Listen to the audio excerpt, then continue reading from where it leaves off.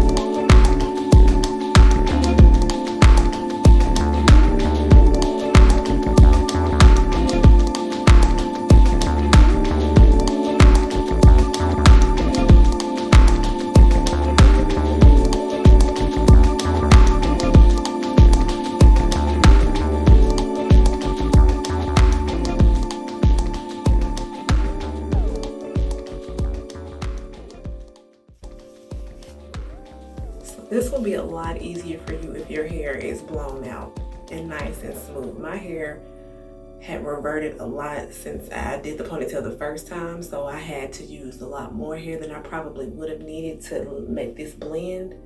And I also had to grip it a lot tighter in order to tuck my thick natural hair in this smooth hair. So if you start out with hair that is well blown out or even flat ironed, your ponytail is going to be a little bit thinner, but it's going to be easier and it'll probably blend a little bit better. So, you know, it's also preferences. So, I mean, if you want a super thick, fat ponytail, then hey, by all means, start out with, you know, some thicker hair, but it's going to be a little bit harder to tuck your hair in. So just keep that in mind when you braid it. Yes, Bradley.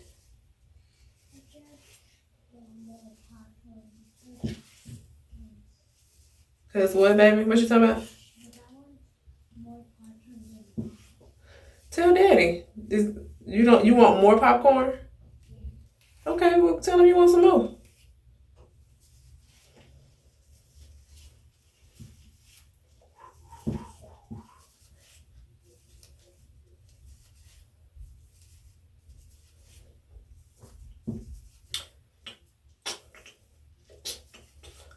And I actually used more hair this time around than I did when I did it the first time. And it's because my hair is thicker, so I had to use more hair in order to blend it. So my first ponytail was probably a little thinner than this.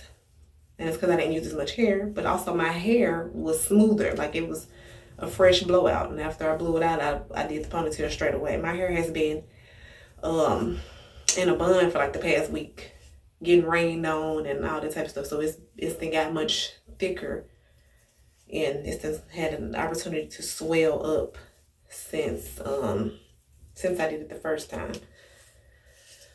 Ooh, child. Okay, now at this point I need to kind of maneuver it, loosen it up a bit, because it is kind of a thick ponytail. But that's it. And then let me do that.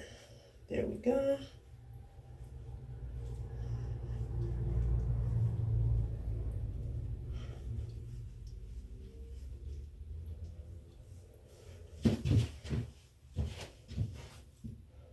It's a little stiff, but it's there. So, you know, with a little bit of practice, it'll get easier to do this.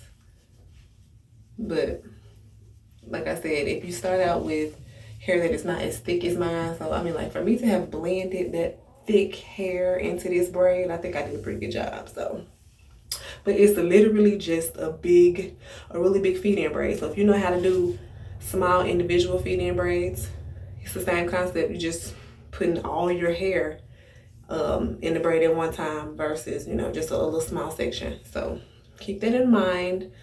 And just like when you're doing feed-in braids, the size of the hair determines how much hair you feed in. So doing a big feed-in braid like this, you're gonna feed in a big chunk of hair. You're gonna be feeding in a lot of hair versus a little bit if I was doing, individual braids. So